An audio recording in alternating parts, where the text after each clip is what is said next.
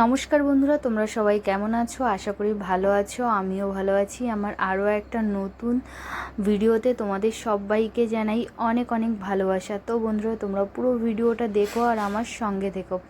এখন যাচ্ছি, আমাদের এখানে একটা মন্দির আছে, সেই মন্দির দেখার জন্য।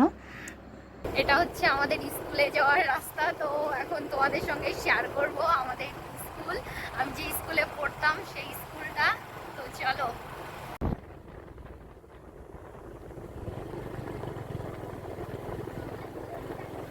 তো এটা হচ্ছে আমাদের স্কুল মাঠ। তো চলো, এখন অনেকটা বদলে গেছে স্কুল মাঠটা।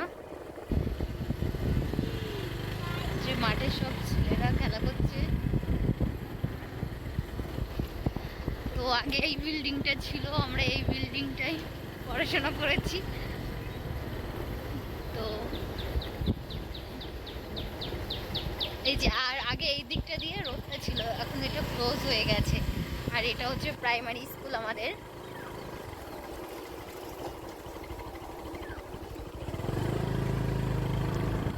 তো তোমাদের ভিতরে গিয়ে দেখাতে পারলাম না, যদি কখনো সম্ভব হয় তো কোনো একদিন তোমাদের দেখাবো ভিতরে গিয়ে। এখন স্কুলটা বন্ধ, তো বিকাল হয়ে গেছে, এজন্য দেখাতে পারলাম না।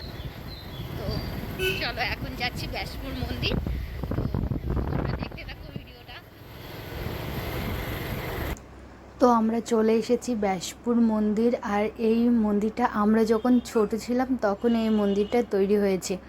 আগে এতটা সুন্দর ছিল না, এখন মন্দিরটা আরও অনেক সুন্দর করে তুলেছে। চারিপাশে দিয়ে একদম পার্কের মতো স্নারি করেছে, মানে মন্দিরটা দেখতে অনেকটা সুন্দর লাগে। আর এখানে অনেক ধরনের ভিডিও করে লোকে এসে। তো ভাবলাম এবছর আমিও একটু ভিডিও করি মন্দিরটায়, তাই চলে এলাম আর মন্দিরটা দর্শন করার জন্য। তো আমি রাজদীপকে বলছি যে, রাজদীপ, তোমার এই মন্দিরে এসে কেমন লাগছে? আর রাজদীপ তো মন্দিরে যেতে খুবই পছন্দ করে। তো রাজদীপ বলছে, আমার খুব ভালো লাগছে মা, তো চলো ভিতরের দিকে। তো আমরা এখন ভিতরের দিকে যাচ্ছি। এই যে দেখো, আমরা চলে এসেছি মন্দিরের একদম ভিতরে। আর এই যে গাছগুলো দেখতে পাচ্ছ, আগে না এই গাছগুলো ছিল না, শুধু ঝাউ গাছগুলো ছিল। এখন এখানে বিভিন্ন ধরনের গাছ লাগিয়েছে, একদম পার্ক পার্ক মনে হয়। আর এই মন্দিরটা হলো দুর্গা মন্দির। আর এই দুর্গা মন্দিরের এক পাশে আছে মা মনসা দেবীর মন্দির, আর এক পাশে আছে বাবা ভোলানাথের মন্দির। তো এই যে এখন আমরা চলে এসেছি। আর দেখো, এই ঝাউ গাছটা আমরা যখন ছোট ছিলাম তখন লাগিয়েছিল, এখন দেখছি ঝাউ গাছে ফুল এসেছে। আর আমি এই ঝাউ গাছের ফুল এই ফার্স্ট টাইম দেখলাম। তোমরা কি আগে কখনো দেখেছো এই ঝাউ গাছের ফুল? যদি দেখে থাকো তো অবশ্যই কমেন্ট করে জানিও। আর এদিকে দেখো, মন্দিরে পুজো কিন্তু শুরু হয়ে গেছে। আর আমরা এসেছিলাম সন্ধ্যার একটু আগে, এখন সন্ধ্যা হয়ে গেছে, এখন মন্দিরে পুজো হচ্ছে।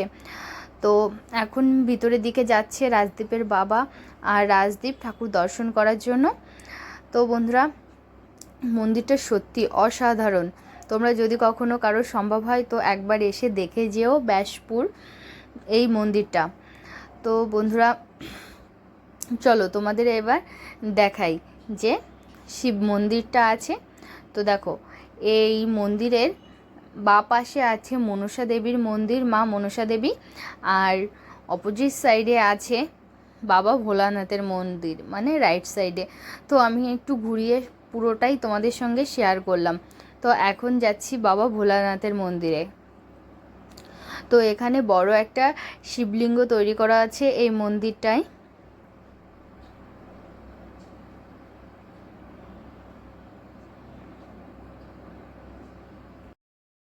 এই শিবলিঙ্গটা যখন তৈরি করেছিল তখন এই মন্দিরটা পুরো ওপেন ছিল, এরকম আটকানো ছিল না। তো এবার এসে দেখছি যে মন্দিরটা পুরো আটকে দিয়েছে। আর এদিকটা দিয়ে পিছনের দিকটায় যাওয়া যায়। আর এই পিছনের দিকটায় একটা সরোবর আছে এই মন্দিরের। তো চলো আস্তে আস্তে যাচ্ছি পিছনের দিকটায়। আর দেখো, একটা বাটারফ্লাই, কি সুন্দর লাগছিল বাটারফ্লাইটা যখন উড়ে যাচ্ছিল। আর সত্যি অসাধারণ হচ্ছে মন্দিরটা। তো এই মন্দিরটার নাম হলো ব্যাসপুর দুর্গা মন্দির। তো তোমাদের যদি কখনো কারোর সম্ভব হয় অবশ্যই এসে তোমরা দেখে যেও, তোমাদের খুব ভালো লাগবে। এই মন্দিরটা খুবই সুন্দর। আর দেখো, এই মন্দিরটার পুরো দিকটা দিয়ে ঘোরা যায়, চারপাশটা দিয়েই ঘোরা যায়। তো চলো এবার আমরা যাচ্ছি মা মনসা দেবীর মন্দির। তো এইটা হচ্ছে মা মনসা দেবীর মন্দির। তো এই মনসা দেবীর মন্দিরের পাশ দিয়েও কিন্তু পিছন সাইডটাই যাওয়া যায়। একটা পুকুর আছে, তো পুকুরে যাওয়ার পর তো এখন আমি যাচ্ছি পুকুরে। তো দেখো কত সুন্দর জায়গাটা, না বলো? আর এই যে রথ রাখা আছে এখানে, তো রথের সময় জগন্নাথ দেবকে এই রথে করে মাসির বাড়ি নিয়ে যাওয়া হয়।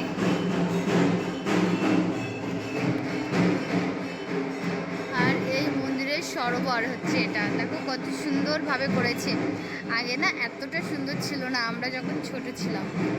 কত সুন্দর।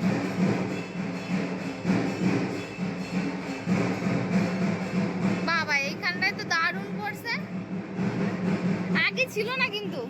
তো আমাদের মন্দির দর্শন করা হয়ে গেছে, তো এখন আমরা বাড়ি যাচ্ছি। তো তোমাদের সবাইকে শুভরাত্রির অনেক অনেক শুভেচ্ছা রইল। টাটা।